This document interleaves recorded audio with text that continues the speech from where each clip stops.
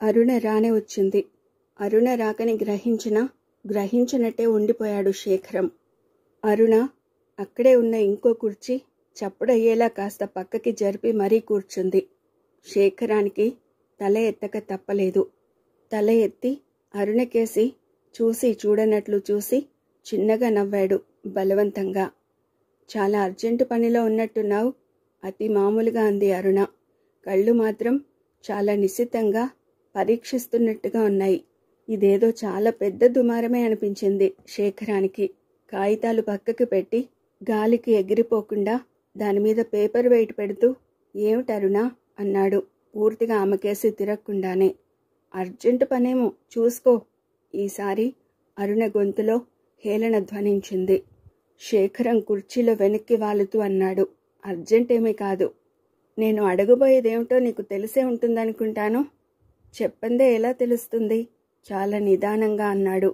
అరుణకి కోపం వచ్చింది. దానిపైకి కనపడనీయకుండా అంది, అదే మీరా సంగతి. అతని ముఖంలోకే చూస్తూ అంది. అతను మాట్లాడలేదు. కొంచెం ముందుకి వంగి ఎడమ చేయి టేబుల్ మీద ఆంచుకుని కుడి చేత్తో టేబుల్ మీద ఉంచిన పేపర్ వెయిట్ని అటూ ఇటూ తిప్పుతూ ఉండిపోయాడు. అర్థం కాలేదా అన్నయ్య? ఆ గొంతులో బాధ, కోపం సమపాళ్లలో ధ్వనించాయి. నువ్వేం చెప్పందే నవ్వాడు. అప్పుడు అంత ఏడ్చానే. ఇక్కడ వంట మనిషిగా చేరింది, అది తెలుసుగా. వంట మనిషి. అతని మనసు గిలగిల్లాడింది. మీరా గురించి, మీరా ఈ పరిస్థితికి తనెంత వ్యధ చెందుతున్నాడో అరుణకేం తెలుసు? మీరా ఇక్కడ ఉందని చెప్పలేకపోయావా? ఇంకా మీరా మీద నీ కోపం పోలేదులా ఉంది. శేఖరం శుష్కహాసం చేశాడు. ఏమన్నయ్యా మాట్లాడవు? ఇప్పుడు నేనేం చెప్పినా నువ్వు నమ్మవు. నిజం చెబితే కూడానా? ఏమన్నయ్యా మాట్లాడవేం? కొంచెం విసుగ్గా అంది అరుణ. ఏం మాట్లాడమంటావు అన్నాడతను. మీరా ఇక్కడున్నట్లు చెప్పలేదేం? నాకు చాలా విచిత్రంగా అనిపిస్తోంది. జ్యోతి నీ స్నేహితుణ్ణి ఏదో చేయడం ఏమిటి? అనుకోకుండా మీరా అక్కడున్నందుకు మీరా మీద అంత కక్ష? అరుణ ప్లీజ్, ఆ సంగతి నేనెప్పుడో మర్చిపోయాను. నువ్వు ఆ సంగతి ఆవిడ దగ్గర అనొద్దు కూడా. నీకు తెలిసేమో అనుకున్నాను. లేకపోతే బాగుంది. ఇద్దరికిద్దరూ బాగా సరిపోయారు. తను కూడా అలాగే అంది. నాకు తెలిస్తే మీరా సంగతి నీ దగ్గర అనకుండా ఉంటానా? నేనున్నదెప్పుడు ఏదో ఒక పూట కనిపించి వచ్చేస్తున్నాను. ఒక్క పూట కాదు, ఒక్క నిమిషం ఉన్నా సరే. మీరా ఇక్కడ ఇలా ఉన్నట్టు తెలిస్తే నీ దగ్గర అనకపోయేదాన్నా? పోనీ జరిగిందేదో జరిగిపోయింది. ఇప్పుడు మీరాకి మంచి ఉద్యోగం చూసి పెట్టన్నయ్యా. ఈ ఒక్క సహాయం చేసి పెట్టావంటే మీరా మాట ఎలా ఉన్నా నేను నీకు రుణపడి ఉంటాను. అరుణ కళ్ళల్లో నీళ్లు తిరిగాయి. అతనికి చాలా బాధ అనిపించింది. అదేం మాట అరుణ అన్నాడు. ఆమె మాట్లాడలేదు. మళ్ళీ అతనే అన్నాడు, ఆవిడకి ఇష్టమైన ఉద్యోగం చేయడం, అంత చదువుకుని ఇలాగే ఉండాలనుకుంటారా ఎవరైనా? అరుణ అంత తేలిగ్గా వదిలిపెడుతుందనుకోలేదు అతను తేలిగ్గా నవ్వేస్తూ అన్నాడు, నీ ఫ్రెండ్కి ఎలాంటి ఉద్యోగం కావాలో కనుక్కో. ఆమెకి కోపం వచ్చింది. అన్నయ్య ఇప్పుడే చెబుతున్నా, మీరా గురించి నువ్వు హేళనగా మాట్లాడావంటే నేను ఊరుకోను. అమ్మకి నీకు కోపం వచ్చినా సరే నేను ఒక్క క్షణం ఇక్కడ ఉండను. తనకు కూడా మనకి మళ్ళీనే పేరుంది. ఆవిడగారు నీ ఫ్రెండు అంటూ హేళన చేస్తే మాత్రం అది వరకులా ఊరుకోను. శేఖరం దృఢస్వరంతో అన్నాడు. మీరా గురించి నా నోటి వెంట ఒక్కటంటే ఒక్కటి హేళనగా, వ్యంగ్యంగా చిన్న మాట వచ్చినా నా నాలుక చీరై. సరేనా? ఆవిడ మీద నాకేం కోపం లేదు. చెబితే నువ్వు నమ్మవు. క్షణమాగి నవ్వుతూ అన్నాడు. కోపం ఎందుకు వస్తుందో చెప్పనా? ఆవిడ అదే మీరా సమక్షంలో నువ్వందరినీ మర్చిపోతావు, అందుకే. వెంటనే అంది అరుణ. రాఘవరెడ్డి వస్తే నువ్వు అన్నం నీళ్లు మాటే మర్చిపోతావు. అమ్మ ఎంత మొత్తుకుంటుంది ఒక్కొక్కసారి. అతనికి మరోసారి మీరాకి మంచి ఉద్యోగం తొందరలో చూడమని చెప్పి వచ్చేసింది అరుణ వంటగదిలోకి వచ్చింది. మీరా ప్రసాదం దేవుడి గదిలోకి తీసుకెళుతోంది. అరుణకేమిటో గుండె పట్టుకున్నట్టయింది. 2-3 క్షణాలు అలాగే నిలబడిపోయింది. తర్వాత మెల్లిగా దేవుడి గది ముందుకొచ్చి యువతలే ఆగిపోయింది. శాంతమ్మగారు అగరబత్తులు వెలిగిస్తోంది. ఆవిడ నైవేద్యం కూడా పెట్టి హారతి ఇచ్చింది. హారతి మీరాకి చూపించి, అమ్మాయిని పిలువు అంది. మీరా తలెత్తి అరుణకేసి చూసింది. అరుణ మీరాకేసి నిశ్చితంగా చూసి లోపలికొచ్చి హారతి కళ్ళకద్దుకుంది. శాంతమ్మగారు ప్రసాదం అరుణకి మీరాకి ఇచ్చి, అన్నయ్య ఇంట్లో ఉన్నాడా అని అడిగింది. ఇంట్లోనే ఉన్నాడు అంది అరుణ. మీరా అక్కడ్నుంచి యువతలికి వచ్చేసింది. శాంతమ్మగారు కూడా యువతలికి వచ్చింది. శాంతమ్మగారు శేఖరానికి ప్రసాదం ఇవ్వడానికి వెడుతోంది. అతనే అక్కడికి వస్తున్నాడు. అరుణ అడగడం, ఆ గాలి దుమారం భయపడ్డంత దూకుడుగా రాకపోయినా వచ్చి వెలిసిపోయింది. ఇప్పుడు అతను మామూలుగానే ఉన్నాడు. తల్లి ఇచ్చిన ప్రసాదం తీసుకుంటూ, ఒట్టి ప్రసాదమైనా అన్నాడు. వెందలాడే భోజనం చేస్తావేమోనని టిఫిన్ చేయించలేదు అంది. పొద్దున్న 1 కప్పు కాఫీ ఎక్కువ తాగిన నేరానికి టీ లేదా? టీ తాగలేదా అని అడిగింది ఆవిడ. ఎక్కడా? ఇంకా వస్తుంది ఇంకా వస్తుందని ఎదురు చూస్తుంటే. మీరా టీ పెట్టు అందావిడ. అప్పటికే శేఖరం ఒట్టి ప్రసాదమైనా అన్నప్పుడే టీకి నీళ్లు పడేసింది. ఇది శేఖరం గ్రహించాడు. పాపా, నువ్వు కాఫీ తాగుతావా? హార్లిక్స్ ఉంది. నాకేం వద్దమ్మా అంది అరుణ. అదేమిటమ్మా, ఏదో ఒకటి తీసుకో. వద్దు. నా మీద కోపం వచ్చింది అరుణకి. అలాంటప్పుడు నేను తాగడం బాగుండదు. నేను వెళుతున్నానమ్మా అని వెనుతిరిగాడు శేఖరం. శాంతమ్మగారికి ఇదేం అర్థం కాలేదు. టీ అయిపోయింది, తాగి వెళ్ళు అంది. వద్దమ్మా, ఇంటి ఆడపడుచు అంత కోపంగా ఉంటే తప్పు, తాగకూడదు అన్నాడు. అయినా అరుణేం మాట్లాడలేదు.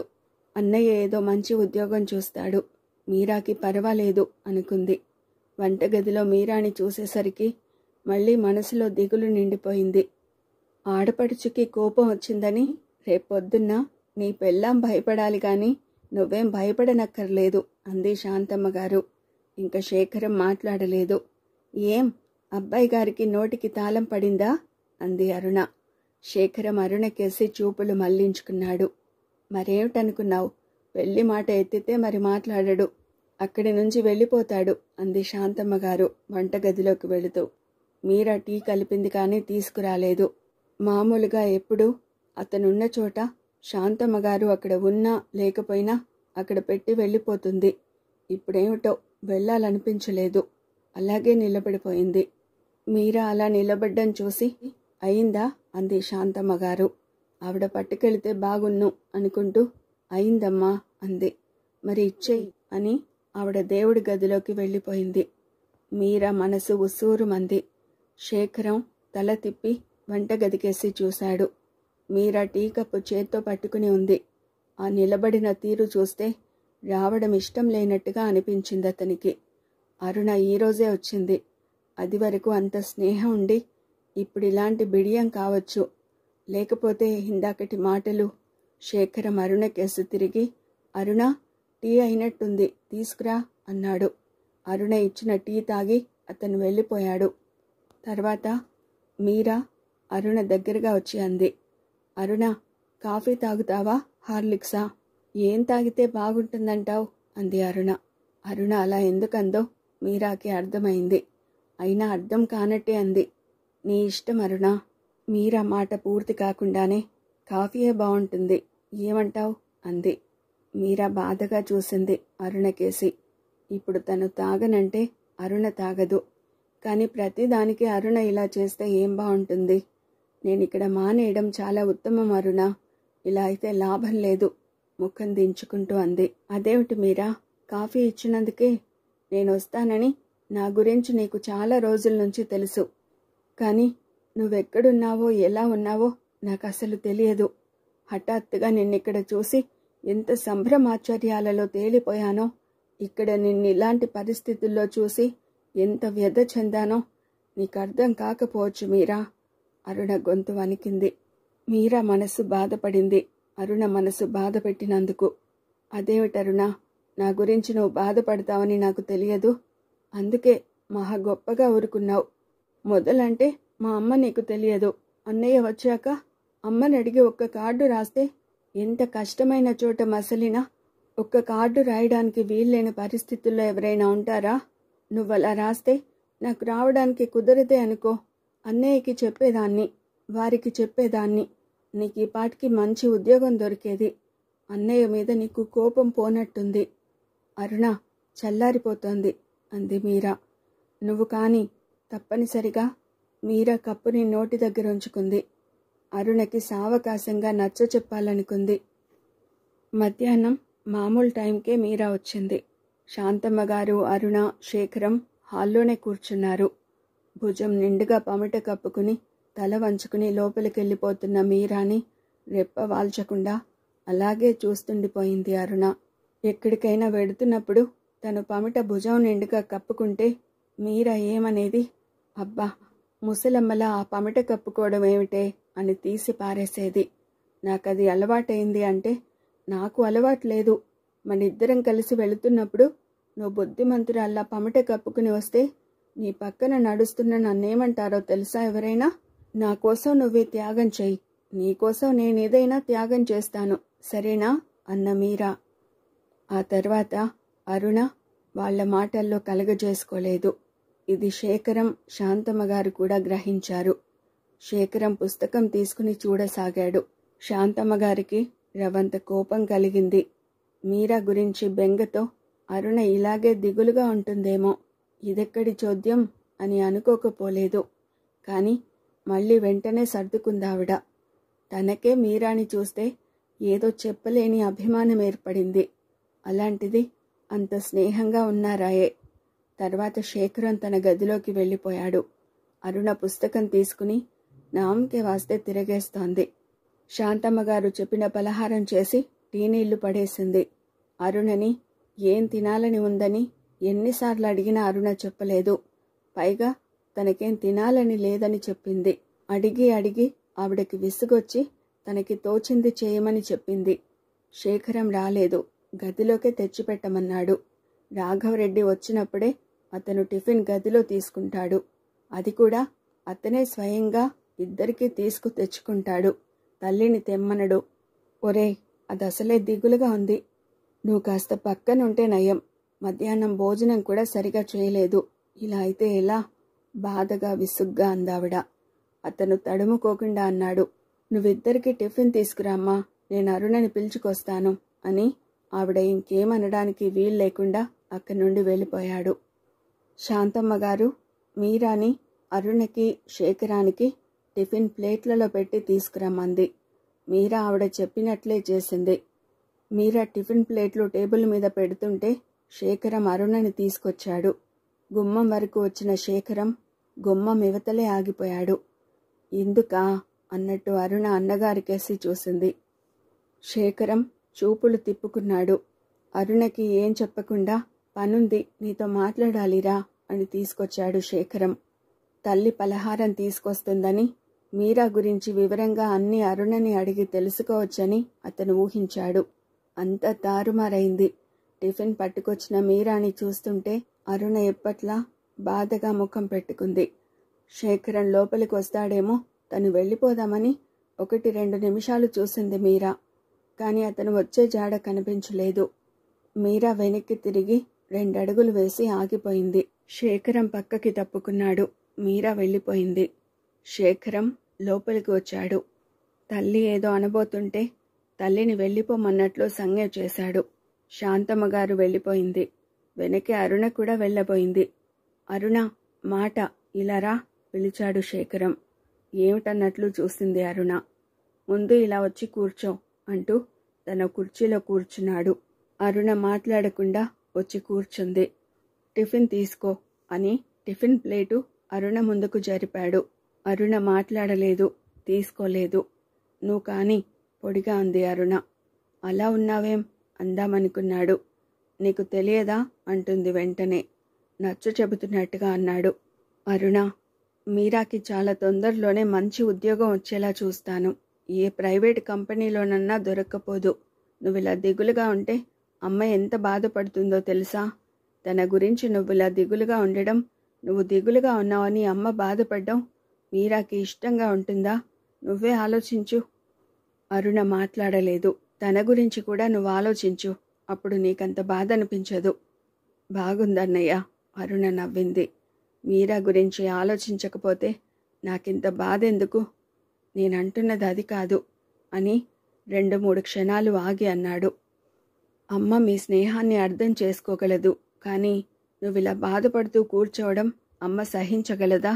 మీరా ఇక్కడ చేరిన కొద్ది రోజులకే అమ్మ అభిమానానికి పాత్రురాలైంది. మీరా అంటే అమ్మకి ఎంత అభిమానమో అమ్మ అంటే మీరాకి రెట్టింపు గౌరవం. అలాంటిది అమ్మ మనసు బాధపడ్డం మీరా సహించగలదా? ఇలాంటి పరిస్థితుల్లో మీరా ఇక్కడి నుంచి తప్పుకోవచ్చు. అప్పుడు ఆ కుటుంబానికి ఏ ఆధారం కూడా ఉండదు. ఇంకోటి దొరకకుండా ఇది వదులుకుంటే ఒక్క నెలైనా సరే అలాంటి పరిస్థితుల్లో ఉన్న వాళ్ళు ఎదుర్కోగలరా? మీరాని అమ్మ ఇంట్లో ఒక వ్యక్తిగా అభిమానిస్తోంది. అలాంటి అభిమానాన్ని, గౌరవాన్ని దూరం చేసుకోవాలని ఎవరు అనుకోరు. నువ్విలాగే ఉంటే అమ్మ సహించలేదు. ఇప్పటికే ఆవిడ చాలా బాధపడుతోంది. మీరాకి ఇప్పుడు ఎంత ఇస్తున్నారు? చాలా నీరసంగా అడిగింది అరుణ. 80. అమ్మ 100 ఇస్తానంటోంది అన్నాడు శేఖరం. అలా ఇస్తే మీరా తిరిగి 20 రూపాయలు ఇచ్చిన వైనం చెప్దామా అనుకున్నాడు క్షణంసేపు. మళ్ళీ అరుణ మీరాని అడిగేస్తే అని ఊరుకున్నాడు. అరుణకి చెప్పలేనంత నీరసంగా, అలసటగా ఉంది. చాలా సున్నిత మనస్తత్వం గల అరుణ ఈ పరిస్థితికి తట్టుకోలేకపోతోంది. మీరాతో ఉన్నంత స్నేహం అరుణకి ఎవరితోనూ లేదు. నలుగురు గలవాళ్ళు కావాలంటారు, ఇదే కాబోలు. కనీసం అక్క చెల్లెళ్ళు, అన్నదమ్ములన్నా లేకపోవడం ఎంత దురదృష్టం అంది అరుణ. అది వరకు అరుణ మాటల ద్వారా మీరాకి తల్లి, బామ్మ తప్ప ఎవరూ లేరని తెలుసుకున్నాడు శేఖరం. అయినా తెలియనట్టే అడిగాడు, ఎవరూ లేరేమిటి అని. ఎవరూ లేరు. ఉంటే ఎవరో ఒకరు సహాయం చేయకపోరా? తండ్రి? ఏమో తెలియదు. ఒకసారి అడిగితే ఏడ్చేసింది. పోయారేమో. వాళ్ళమ్మని 2 సార్లు చూశాను. ఆవిడ బొట్టు పెట్టుకోలేదు. అది చెప్పలేక ఏడ్చుంటుంది. వాళ్ళు ఇలా మాట్లాడుకుంటుంటే శాంతమ్మగారు వచ్చింది. టిఫిన్ తీసుకోలేదు అంది. ఇదిగో అరుణ కాని అన్నాడు శేఖరం. అరుణ బలవంతంగా తినసాగింది. శాంతమ్మగారు కూడా వాళ్ళకి దగ్గరగా కుర్చీ జరుపుకుని కూర్చుంది. మీరా శేఖరానికి, అరుణకి టీ, శాంతమ్మగారికి హార్లిక్స్ తెచ్చిపెట్టి వెళ్ళిపోయింది. సాయంత్రం 6 గంటలు కావస్తోంది. మీరా ఇంకా వంటగదిలో ఉంది. మధ్యాహ్నం మీరా వచ్చాక అరుణ మీరా దగ్గరికి గాని, మీరా అరుణ దగ్గరికి గాని రాలేదు. శాంతమ్మగారు రోజులా తనతో మాట్లాడడం లేదని మీరా గ్రహించింది. ఇలా అయితే లాభం లేదు. ఎంత మంచితనం ఉంటే మాత్రం పని వాళ్ళని తమతో సమానంగా సరసన కూర్చోబెట్టుకోవడానికి ఎవరు హర్షిస్తారు? అరుణ దేనికి తట్టుకోలేదు. ఇది మంచిదే. తను ఈ ఇంట్లోంచి బయటపడిపోతే అదే చాలు. ఇలాంటి అవకాశం తనకి మళ్ళీ రాదు అనుకుంది ఆమె. ఆమె వంట పని పూర్తి చేసి అక్కడ అన్నీ శుభ్రంగా సర్ది యువతలకొచ్చింది. శాంతమ్మగారు, శేఖరం వాకిట్లో కూర్చున్నారు. ఆమె అరుణ గదిలోకి తొంగి చూసింది. అరుణ మంచం మీద దిళ్ళకి ఆనుకుని కూర్చుంది. పుస్తకం చేతిలో ఉన్న పరధ్యానంగా ఏటో చూస్తోంది. మీరా మెల్లగా వెళ్ళి అరుణ వెనకాల నిలబడింది. అరుణ ముఖం తిప్పకుండానే అయిందా పని అని అడిగింది. అరుణ గొంతులో బాధ స్పష్టంగా తెలుస్తోంది. అయింది అంది మీరా. ఇంకా అరుణ మాట్లాడలేదు. ఎడమ చేయి అరుణ భుజం మీద వేసి కుడి చేత్తో మంచం పందిరి కర్రని పట్టుకుంటూ అంది ఆమె. అరుణ, నువ్వు నాకు సహాయం చేసి పెట్టాలి. నీ మేలు ఎప్పటికీ మర్చిపోను. చాలా విచిత్రంగా ఉందే. నా సహాయం కావాలి నీకు. అయినా నేనేం చేయగలను? హేళనగా అన్న అరుణ మాటకి ఆమె ఏం జవాబు చెప్పలేకపోయింది. 2-3 క్షణాలు ఆగిన అరుణ మళ్ళీ అంది. అయినా ఏదో అడిగావు, తెలుసుకోవాలిగా. దాంట్లో తప్పులేదుగా. అయినా పెద్దలంటూ ఉంటారు, ఎంతటి విరోధులైనా సరే గుమ్మంలోకొస్తే ఆదరంగా ఆహ్వానించాలని, ఆదుకోవాలని. ఆగిపోయింది అరుణ. అరుణ ధోరణికి విస్తుపోయింది మీరా. చెప్పు మీరా అంది అరుణ అలాగే కూర్చుని.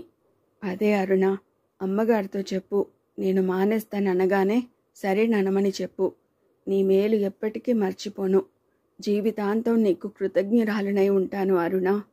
ఎంత మామూలుగా అనాలని ప్రయత్నించినా మీరా గొంతు వణికింది. చేతిలో పుస్తకం గిరాటేసినట్టుగా పడేసి లేచి సరిగా కూర్చుని ఆమె చేయి పట్టి లాగింది.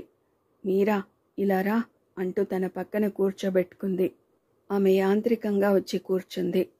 మీరా అంది అరుణ ఆమె చేయి తన చేతిలోకి తీసుకుంటూ. చెప్పు అరుణ, నిర్లిప్తంగా అంది మీరా. మీరా భుజం మీద చేయి వేసి దానిమీద చెంప ఆంచుకుంటూ అంది అరుణ. నా మాటలతో నిన్ను చాలా బాధ పెడుతున్నాను కదూ? లేదు అరుణ, నువ్వు నన్ను, నేను నిన్ను ఎప్పుడూ బాధ పెట్టుకోలేదు, ఎప్పుడూ పెట్టుకోం కూడా. కానీ మనమిద్దరం కలిసి అమ్మగారిని బాధ పెడుతున్నాం. ఆశ్చర్యంగా తలెత్తుతూ అంది అరుణ. అమ్మనా? అమ్మనేం బాధ పెట్టాం? ఈ రోజంతా నువ్వెలా ఉన్నావో నీకు తెలియదా అరుణ? నువ్వొచ్చావని ఎంత సంబరపడుతున్నారో అమ్మగారు. కానీ నువ్వు నా గురించి బాధపడుతూ అన్నం కూడా సరిగా తినకుండా ఆవిడ్ని చాలా బాధ పెడుతున్నావు. నాకెంత సిగ్గుగా ఉందో తెలుసా? ఆవిడతో మాట్లాడాలంటేనే చచ్చే సిగ్గుగా ఉంది. నువ్వేం చేసావు మధ్య? నా గురించేగా నువ్వలా ఉన్నది. క్షణమాగి మళ్ళీ అంది మీరా. అరుణ, నేను అమ్మగారికి చెప్దామనుకుంటున్నాను ఇక్కడ మానేస్తానని. అమ్మగారిని వెంటనే అనమని చెప్పు అరుణ. నేనిక్కడ మానేస్తే ఇక రాననుకోకు. రోజు 2 పూటలా వచ్చి చూసి వెళతాను. మనిద్దరం కలిసిమెలిసి తిరగొచ్చు. అప్పుడు నువ్వేం చెప్పినా కాదన్ను అరుణ. స్వయంగా నువ్వే కాఫీ పలహారాలు తీసుకొద్దు గాని సరదాగా తిందాం. వారానికోసారి ఇక్కడే భోజనం చేస్తాను. వారానికి 2 రోజులు చేస్తాను పోని. మాకు ఖర్చులు కలిసి వస్తాయి. తెల్లబోయినట్టుగా కళ్ళు వెడల్పు చేసుకుని వింటున్న అరుణ మీరా చివర అన్న మాటకి చప్పున తన చేత్తో మీరా నోరు మూసేసింది. అవే మాటలు మీరా, నేనన్న మాటలు నువ్వు అర్థం చేసుకోలేదు అంది బాధగా. నీ మాటల్ని, నీ అభిమానాన్ని నేను అర్థం చేసుకున్నాను అరుణ. నువ్వే నా పరిస్థితి అర్థం చేసుకోవట్లేదు. అమ్మగారు నన్ను ఎంత అభిమానంగా చూస్తారో నీకు తెలియదు అరుణ. అలాంటి అభిమానాన్ని, ఆప్యాయతని దూరం చేసుకోవాలని ఎవరూ అనుకోరు. మనిద్దరం ఎంత స్నేహితులైతే మాత్రం నీ పక్కనే కూర్చుని నీతో సమానంగా ఉండాలంటే ఒంటి మీద తెలివి ఉన్న వాళ్ళెవరైనా చేస్తారా అరుణ? అంటే అవును అరుణ, అమ్మగారికి నా మీద మంచి అభిప్రాయం ఏర్పడింది. దాన్ని నేను మాపుకోదలుచుకోలేదు. అమ్మగారు నన్ను కాఫీ తీసుకోమన్నా నాకెంత సిగ్గుగా ఉంటుందో తెలుసా? కొన్ని హద్దులనేవి ఎప్పుడో ఏర్పడినాయి అరుణ. వాటిని అధిగమించి ప్రవర్తిస్తే అసహ్యంగా ఉంటుంది. అయినా అది నీ వల్ల కాదు. మనిద్దరం ఈ గదిలో ఉన్నప్పుడే స్నేహితులం. అది నేను మర్చిపోకూడదు. అది నీ వల్ల కాదు. అందుకని ఇద్దరూ కాసేపు మౌనంగా ఉండిపోయారు. తను చెప్పవలసింది చెప్పేశాను అనుకున్న మీరా మనసు కొంచెం తేలిక పడింది. అవును మీరా, నువ్వన్నది నిజమే. అన్నయ్య కూడా ఇందాక నువ్వన్నట్లుగానే అన్నాడు. ఏమిటో మీరా, వంటింట్లోకి రావాలంటేనే నాకు ఏమిటోలా ఉంది. అరుణ కళ్ళు తుడుచుకుంటూ అంది. అరుణ, మొట్టమొదట నువ్వు మానవలసింది ఇది అంటూ అరుణ కళ్ళు తన పమిట చెంగుతో తుడిచింది. అరుణ, నువ్విలాగే ఉంటే అస్సలు నీకు కనపడను. నన్ను చూడగానే ఎంతో సంతోషిస్తావని, ఎన్నో కబుర్లు చెప్తావని, నీ రాక కోసం 1000 కళ్ళతో ఎదురు చూస్తుంటే ఇదేనా? ఇలాగే ఉంటారా? చిరుకోపంగా అంది. హఠాత్తుగా నిన్నిక్కడ చూసి ఎంత ఉక్కిరి బిక్కిరయ్యానని. పోనీలే మీరా, జరిగిన దానికి బాధపడుతూ నిన్ను మరీ బాధ పెడుతున్నానేమో. ఛా, అవే మాటలు వరుణ, మధ్యలోనే వారింపుగా అంది మీరా. మీరా, అన్నయ్య నీకు ఏదైనా కంపెనీలోనన్నా మంచి ఉద్యోగం చూస్తానన్నాడు తొందరలోనే. మీ అమ్మగారిని ఒప్పించి శుభ్రంగా ఉద్యోగం చేయి. మీరా మాట్లాడలేదు. అప్పుడే గుర్తొచ్చినట్టుగా అంది అరుణ. అవును మీరా, నీకు తెలిసిన వాళ్ళు ఎవరూ లేరా? మీ బామ్మగారున్నప్పుడు నీ పెళ్లి ప్రయత్నం ఏం చేయలేదా? అరుణ మాటలు పూర్తి కాకుండానే మధ్యలో అంది మీరా. అరుణ, నీకు పుణ్యం ఉంటుంది. పెళ్లి మాట ఎత్తకు. చేసుకున్న వాళ్ళంతా ఏం సుఖపడుతున్నారు? మా అమ్మేం సుఖపడింది? అదేమిటి మీరా, అసలు ఇంకా ఏదో అనబోతున్న అరుణని ఏమీ అననీయలేదు. వదిలే అరుణ, ఆ సంగతులు ఇంకా బంద్ చేయి అంది. 4-5 రోజులు గడిచిపోయినాయి. అరుణ వచ్చిన రోజు కన్నా ఈ 4-5 రోజుల్లో కాస్త తేరుకుంది. అయినా కూడా మీరా వంట పనిలో ఉన్నప్పుడు ఆ ఛాయలకే పోదు. మీరా కాఫీ టిఫిన్లు పట్టుకొచ్చినప్పుడు, భోజనం వడ్డించేటప్పుడు తనేదో తప్పు చేసినట్లు తలంచుకుంటుంది. శేఖరం అక్కడ లేకపోతే అరుణని కసిరి మరి కాస్త ప్లేట్లో వేసి తినాల్సిందే అంటుంది మీరా. ఇలాగే అరుణని బెదిరించి లాలించి తినిపిస్తుంది మీరా. ఇది శాంతమ్మ గారికి తృప్తిగా కూడా ఉంది. ఆ రోజు సాయంత్రం పనైపోయినా అరుణతో మాట్లాడుతూ కూర్చుండిపోయింది మీరా. శేఖరం లేకపోతే అరుణతో మరి కాసేపు మాట్లాడుతూ కూర్చుండిపోతుంది. ఎంతసేపు కూర్చుని కబుర్లు చెప్పుకున్నా మీరా వెళ్ళిపోతుంటే, అప్పుడే వెళ్ళిపోతావా, ఇప్పటినుంచి ఇంటికెళ్ళి ఏం చేస్తావు మీరా అంటుంది అరుణ. మీరా సమాధానంగా చిరునవ్వు నవ్వుతుంది. ఇంకో 10 నిమిషాలు కూర్చుని వెళ్ళిపోతుంది. 7:30 అవుతోంది అరుణ, ఇంక వెళతాను అని లేచింది మీరా. మీరా ఇంటికొచ్చేసరికి కాంతమ్మ విజయ్ని భుజాల మీద వేసుకుని యువతలికి వస్తోంది. చేతిలో తాళం కప్ప ఉంది. ఏమిటమ్మా, ఏమైంది ఆదుర్దాగా అడిగింది మీరా. ఏమిటో, మధ్యాహ్నం బాగానే ఆడుకున్నాడు. 4 గంటల వరకు బాగానే ఉన్నాడు. 4 గంటలకి పెద్ద విరోచనమైంది. ఏమిటా అనుకున్నాను. మళ్ళా ఇంకో గంటకయింది. తర్వాత అరగంటకి అవుతున్నాయి. ఎప్పటికప్పుడే వస్తావని చూస్తే రావైతివి. ఇలాతే నేను తీసుకెళతాను అని విజయ్ని తీసుకుని గబగబా డాక్టర్ దగ్గరికి వెళ్ళింది. డాక్టర్ మాధురి విజయ్ని పరీక్ష చేసింది. తర్వాత సీసా ఇవ్వండి అనేసరికి మీరా తెల్లబోయింది. తన కంగారులో సీసా ధ్యాస లేదు. లేదు డాక్టర్, తేవడం మర్చిపోయాను అంది మెల్లగా. డాక్టర్ తన దగ్గర సీసాతోనే మందు ఇచ్చింది. టాబ్లెట్లు మటుకు ఎలా వాడాలో చెప్పి మళ్ళీ రేపు ఉదయం తీసుకురండి అని చెప్పింది. మీరా యువతలికి వచ్చేసింది. మీరా వరండా మెట్లు దిగేసరికి బాచి ఎదురుపడ్డాడు. ఏమిటక్కా, విజయ్కేమైంది అని అడిగాడు. సాయంత్రం నుంచి విరోచనాలు అవుతున్నాయట. ఏమిటి బొత్తిగా కనిపించడం లేదు? 2-3 సార్లు వచ్చానక్కా, నువ్వు లేవు. ఇప్పుడు షుగర్ ఫ్యాక్టరీలో చేరానక్కా. ఆహా, ఉద్యోగం వచ్చిందన్నమాట. మరి చెప్పవేం? రేపు రా ఒకసారి. అబ్బా, నీతో తీరిగ్గా మాట్లాడి చాలా రోజులైంది బాచి. అమ్మకి తెలుసన్నమాట నీకు ఉద్యోగం వచ్చిన సంగతి. నాకు చెప్పలేదు, మర్చిపోయిందేమో. ఉద్యోగం ఏది ఇంకా నిర్ణయం కాలేదక్కా. శేఖర్ బాబు గారు పని నేర్చుకుంటాడు, పంపమన్నారట. సరే, రోజు వెళ్ళి వస్తున్నాను. శేఖరం పేరు చెప్పేసరికి మీరా నోటికి తాళం పడింది. ఇంక వస్తా బాచి, రేపు తప్పకుండా రా అంది. తప్పకుండా వస్తానక్కా అని విజయ్కి టాటా చెప్పాడు. బాచి 4 అడుగులు వేశాక అప్పుడు టాటా అన్నట్లు నీరసంగా చెయ్యి ఊపాడు విజయ్. మామయ్యకి టాటా చెప్తున్నావా ముద్దుగా అంటూ మెడ తిప్పి బాచీకేసి చూసిందల్లా బిగుసుకుపోయింది. శేఖరం ఎంతసేపటి నుంచి అలా చూస్తున్నాడో కాని ఇటే చూస్తున్నాడు. అతని చూపులు విజయ్ మీద నిలిచి ఉన్నాయి. మీరా మెడ తిప్పి చూడ్డంతో శేఖరం మీరా కేసి చూశాడు. మీరా ముఖం తిప్పేసుకుని గబగబా అడుగులు వేయసాగింది. ఎవరికైతే తెలియకూడదనుకుందో అదే జరిగింది. ఫ్యాక్టరీ నుండి ఎప్పుడొచ్చాడో. శేఖరం వచ్చేసరికి రాత్రి 10-11 అవుతుందని శాంతమ్మగారు అనడం వింది మీరా. బాచిని అడగొచ్చు, కాని తనకు తెలుసున్నది చెప్తాడు. అరుణకి తెలిస్తే తనని ఓ పట్టాన వదిలిపెడుతుందా? మీరా మందు తీసుకుని గదిలోకి వచ్చేస్తుంటే అంత క్రితమే డాక్టర్తో మాట్లాడదామని లోపలికెళ్లిన శేఖరం ఇంకా 4-5 పేషెంట్లు ఉండడం వల్ల కాసేపు వరండాలో నిలబడదామని యువతలికి వచ్చాడు. మీరా చంకలో విజయ్ని చూసి అతను తెల్లబోయాడు. ఎవరా బాబు ఆశ్చర్యంగా అనుకున్నాడు. ఏదో విధంగా మీరాని పలకరించే నెపంతో బాబుని దగ్గరగా చూడాలని వరండాలోకి ఆ చివరున్న శేఖరం గబగబా అడుగులు వేయసాగాడు. మీరా మెట్లు దిగడం, బాచి ఎదురుపడ్డం, వాళ్ళిద్దరూ పలకరించుకోవడం చూశాడు. బాచికి మీరా తెలుసన్నమాట. అతనికి కొంత సంతోషం అనిపించింది. బాచి కోసం ఎదురు చూస్తూ నిలుచున్నాడు. శేఖరాన్ని చూడగానే నమస్కారం సార్ అన్నాడు బాచి. అదేం అందుకున్నట్టు లేదు శేఖరం. మీరా వెళ్తున్న వైపే చూస్తున్నాడు. ఎవరు యథాలాపంగా అడిగినట్లు అడిగాడు. మీరా అక్క వాళ్ళింట్లోనే పనిచేస్తోంది కదా. ఇక శేఖరం అడిగింది విజయ్ గురించే అయ్యుంటుంది. ఒక్కటడిగితే 4 చెప్పేసే బాచి వాళ్ళక్కయ్య గారు అబ్బాయండి. పాపం ఈ బాబు పుట్టగానే వాళ్ళక్కయ్య పోయింది. అప్పటి నుంచి ఆ బెంగతో వాళ్ళమ్మగారు మంచం పట్టారు. చాలా బాధగా చెప్పాడు బాచి.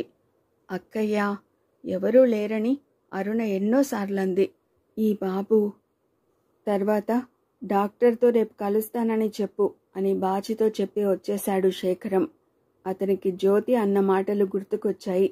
అరుణ జ్యోతిని మీరా వాళ్ళు ఎక్కడికి వెళ్లారో తెలుసా అని అడిగినప్పుడు జ్యోతి ఏ ఊరో మాకు చెప్పలేదు, ఏం జరిగిందో హఠాత్తుగా వెళ్ళిపోయారంటే ఏదో బలమైన కారణమే అయ్యుండాలి అంది హేళనగా. ఆ మాటకి అరుణ జ్యోతిని చీదరించుకుంది. ఈ బాబు సంగతి అరుణకి తెలియదు, తెలిస్తే ఎందుకనదు? అరుణ వచ్చిన రోజు కూడా అక్క చెల్లెళ్ళు అన్నదమ్ములన్నా లేకపోవడం ఎంత దురదృష్టమని అందే. మరి ఈ సంగతి మీరా రహస్యంగా ఎందుకుంచినట్టు? ఈ సంగతి అరుణని అడగటమా మానటమా అని చాలాసేపు ఆలోచించాడు శేఖరం. అరుణని అడిగితే మీరాని అడగక మానదు. అప్పుడు పరిస్థితులు ఎలా మారుతాయో. అసలు అరుణ వచ్చాక మీరాతో టీ నెపంతో కూడా మాట్లాడడానికి ఉండట్లేదు. మీరా హాస్పిటల్ దగ్గర శేఖరాన్ని చూసినప్పుడు మీరా కళ్ళల్లో ఆ తొట్రుపాటు కంగారు శేఖరం గమనించకపోలేదు. ఎంత ఆలోచించినా శేఖరం ఓ నిర్ణయానికి రాలేకపోతున్నాడు. తర్వాత ఎలాగైనా మీరానే అడగాలి, అరుణకి చెప్పడం మంచిది కాదు అనుకుని 9 గంటలకి ఇంటికి చేరాడు శేఖరం. అరుణ భోజనం చేసినా మేలుకునే ఉంది. శేఖరం ఆ మట్టునే కూర్చుండిపోవడం చూసి శాంతమ్మగారు, లేరా బాబు, ఈరోజు కాస్త తొందరగా వచ్చావనుకుంటే ఇంకా కూర్చుంటావేం? సోఫాలో వెనక్కి జార్లబడి కళ్ళ మీద చేతులుంచుకుని కూర్చున్న శేఖరం కళ్ళ మించి చేతులు తీయకుండానే వద్దమ్మా, భోజనం చేయను అన్నాడు. అదేమిట్రా, మధ్యాహ్నం కూడా క్యారియర్కి మనిషిని పంపలేదు? మధ్యాహ్నం హోటల్లో చేశాను, కొంచెం తిందువులే. వంకాయ కూర మీరా ఎంత బాగా చేసింది, నేను వడ్డిస్తానురా అన్నయ్యా అంది అరుణ. శేఖరం కళ్ళ మించి చేతులు తీస్తూ బలవంతంగా నవ్వుతూ అన్నాడు. ఏమిటివాళ అరుణ అంత హుషారుగా ఉంది? మన మాటలు దానికి నచ్చవుగా నాయనా, మీరాయే దాన్ని మామూలు మనిషిని చేసిందనుకో అంది శాంతమ్మగారు. ఈ మాటే నేనంటే కరుస్తుంది అన్నాడు నవ్వుతూ. ఈసారి అతను హాయిగా నవ్వాడు. శేఖరం లేచి బట్టలు మార్చుకుని కాళ్ళు కడుక్కుని వచ్చాడు. నింపాదిగా అరుణకి బాబు సంగతి తెలుసో తెలియదో మాటల్లో తేల్చుకుంటే బాగుంటుందనుకున్నాడు. ఆ అభిప్రాయంతోనే అతను ఇష్టం లేకపోయినా భోజనానికి వచ్చాడు. శాంతమ్మగారు లేవబోతుంటే, ఎందుకమ్మా, నువ్వు కూర్చో, నేను పెట్టుకు తింటాను అన్నాడు. నేను చూస్తాలేమ్మా అంది అరుణ. ఎలా విషయం కదపాలా అని చూస్తున్న శేఖరాన్ని అరుణే అడిగింది. అన్నయ్య, మీరా సంగతి గుర్తుందా అని. ఏమిటి అని. ఓ, ఉద్యోగం సంగతా అన్నాడు. మర్చిపోయావేమిటి? ఎందుకు మర్చిపోతాను? నిజంగానే నీ ఫ్రెండ్ కూర చాలా బాగా చేసింది. నువ్వు వచ్చినప్పటి నుండి వంట రుచి పెరిగింది. రోజు ఇలాగే చేయమని చెబుతూ. నేనెందుకు మధ్య, నువ్వే చెప్పు. నేనా? నవ్వి వద్దులే అన్నాడు. ఇంతకీ ఎక్కడైనా ప్రయత్నం చేస్తున్నావా? టైపు వచ్చా? పరీక్షలు పాస్ అయిందో లేదో కానీ వచ్చును. ఈ ఊరు విడిచి వెళుతుందా? ఎందుకెళ్ళదు? లేకుంటే ఈ ఊళ్ళో ఉద్యోగాలేమున్నాయి? ఏం, ఎక్కడైనా పోస్ట్ ఉందేమిటి? బెజవాడలో ఓ కంపెనీలో టైపిస్ట్ కావాలిట. మరి వాళ్ళెంతమందో, వెళ్ళడానికి వీలవుతుందా? మీరా వెళ్ళిపోతే వాళ్ళమ్మగారు అందరికీ చేయగలరా? వాళ్ళమ్మగారికి స్వస్తి అని చెప్పిందిలే అమ్మ అన్నాడు చారణ్యం కలుపుకుంటూ. ఈ దెబ్బతో బాబు సంగతి అరుణకి తెలుసో తెలియదో తేలిపోతుంది అనుకుంటూ. ఎంతమందికి చేయాలి? ఎవరూ లేరు, మీరా వాళ్ళమ్మగారును. ఆవిడ మీరా ఎక్కడికి వెళితే అక్కడికి వెళుతుంది. టైపు పరీక్ష పాస్ అయిందో లేదో రేపు అడుగుతానుండు. అప్పుడే ఉద్యోగం మీరాకి దొరికిపోయినంత సంబరపడిపోయింది అరుణ. అక్కపిల్లలో అత్తపిల్లలో ఉన్నట్లు చెప్పావేమో, అందుకన్నాను. అన్నా మాననా అనుకుంటూ అనేశాడు. ఎవ్వరూ లేరు, అందుకేగా పాపం అంత చదువు చదివి ఇలాంటి పని చేస్తోంది. అదేదో కాస్త గట్టిగా ప్రయత్నం చేయన్నయ్యా, ప్రాధేయపడుతున్నట్లుగా అంది. తప్పకుండా అన్నాడు శేఖరం. ఆ రాత్రి అతనికి కంటి మీద కునుకన్న మాట రాలేదు. అనిర్వచనీయమైన భావం అతని హృదయం నిండా పాకి ఉక్కిరి బిక్కిరి చేసింది. మీరా తనని క్షమిస్తుందా? ఈ ఇనుప గోడల్ని ఛేదించడం ఎలా? బాబు సంగతి అరుణకి తెలియదని తేలిపోయింది. అక్క కొడుకైతే, ఇంకా వేరే ఎవరైనా అయితే రహస్యంగా ఎందుకు ఉంచుకుంటుంది? అతనికి ఏ తెల్లవారకట్లో కునుకు పట్టింది.